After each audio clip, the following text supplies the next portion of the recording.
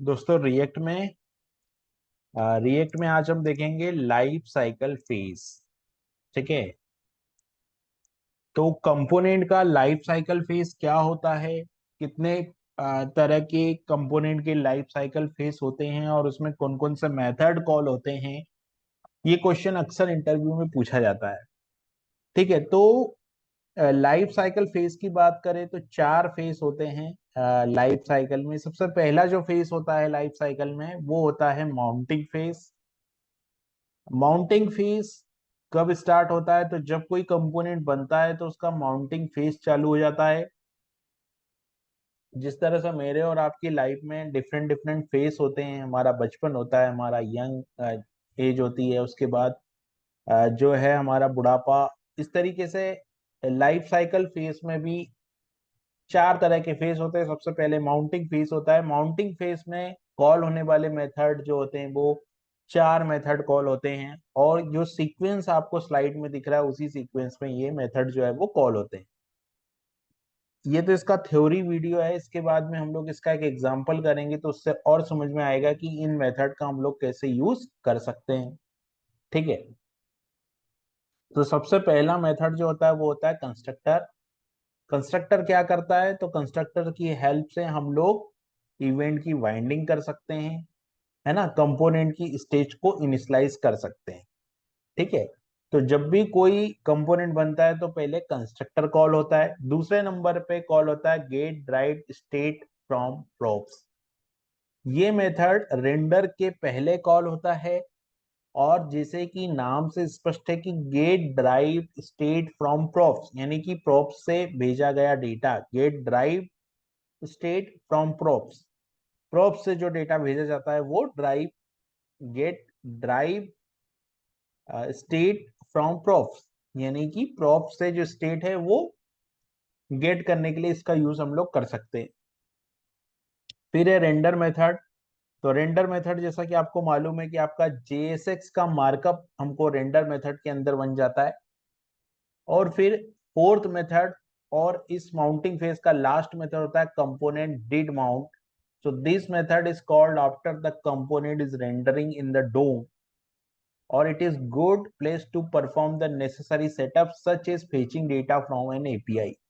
तो ये रेंडर के बाद कॉल होता है और लास्ट मेथड होता है इस फेज का। और इसमें कोई ऐसी एक्टिविटी परफॉर्म करनी जो रेंडर होने के बाद आपको परफॉर्म करना है तो आप कंपोनेंट डिड माउंट फेज का जो यूज है वो कर सकते हैं यहाँ पर। उसके बाद दूसरा मेथड आता है अपडेटिंग फेज। ये सेकेंड फेज होता है कंपोनेंट की लाइफ का, और इसके अंदर जो होते हैं वो पांच मेथड कॉल होते हैं, और इनका जो सीक्वेंस वो जो स्लाइड में दिख रहा है उसी तरीके से सीक्वेंस होता है। फर्स्ट मेथड वही होता है get derived state from props, यानी कि अगर मैं यूनिक मेथड की बात करूं तो 10 मेथड है। और अगर ऐसे मेथड की बात करूं जो डुप्लीकेट है, मतलब जो माउंटिंग फेस में भी कॉल होते हैं और अपडेटिंग फेस में भी कॉल होते हैं, तो ऐसे दो मेथड होते हैं जिसे रेंडर होता है और get derived state from props. ठीक है। तो ये मेथड आपने देखा, पहला वाला get derived state from props, ये माउंटिंग फेस में भी था और ये मेथड अपडेटिंग फेस में भी है। This method is called before rendering and allow to component to update each state based on the change in props. ठीक है। दूसरा मेथड होता है यहाँ पर शुड कंपोनेंट अपडेट। देखिए, शुड कंपोनेंट अपडेट वो मेथड होता है जिसकी हेल्प से हम लोग ये डिसाइड कर सकते हैं कि स्टेट के चेंज होने पे हमको रेंडर करवाना है कॉल या नहीं करवाना है। यानी कि अगर हम लोग ये चाहते हैं कि हम स्टेट चेंज करें लेकिन हमारे कंपोनेंट री रेंडर नहीं हो, तो हम लोग इस मेथड का यूज कर सकते हैं। बाय डिफॉल्ट इसकी जो वैल्यू होती है वो ट्रू होती है, और हम अगर यहाँ से फॉल्स रेंडर करेंगे तो कंपोनेंट री रेंडर नहीं होगा। फिर रेंडर तो सेम है, JSX मार्कअप के लिए यूज होता है, और ये भी डुप्लीकेट मेथड है। डुप्लीकेट मेथड यानी कि ये माउंटिंग फेस में भी कॉल होता है और अपडेटिंग फेस में भी कॉल होता है। फिर होता है get snapshots before updating. This method is called right before the new markup is committed to the DOM. It is allowed to component to capture some information about the DOM before it's changing. ठीक है। एक तरह से backup का काम ये करता है जो मेथड है वो। और फिर लास्ट मेथड होता है जो कि अपडेटिंग फेज का, वो होता है component did update. This method is called after a new markup is committed to the DOM. It is good to perform any necessary cleanup such as resetting scroll position. तो ये 5 method है जो कि किसमें कॉल होते हैं, 5 method है जो किसमें कॉल होते हैं, अपडेटिंग फेज में और माउंटिंग फेज में। तो 5 और 4 9 मेथड हो गए। 9 मेथड में से 2 मेथड जो है वो डुप्लीकेट है, यानी कि यूनिक 7 मेथड यहाँ पे हमको मिलते हैं। ठीक है। उसके बाद में आता है अनमाउंटिंग फेज। अनमाउंटिंग फेज वो फेज होता है जिसमें हमको, अनमाउंटिंग फेज यानी कि कंपोनेंट की लाइफ का एंड है, ये कंपोनेंट की लाइफ के अंतिम क्षण चल रहे हैं आप ये मान लीजिए।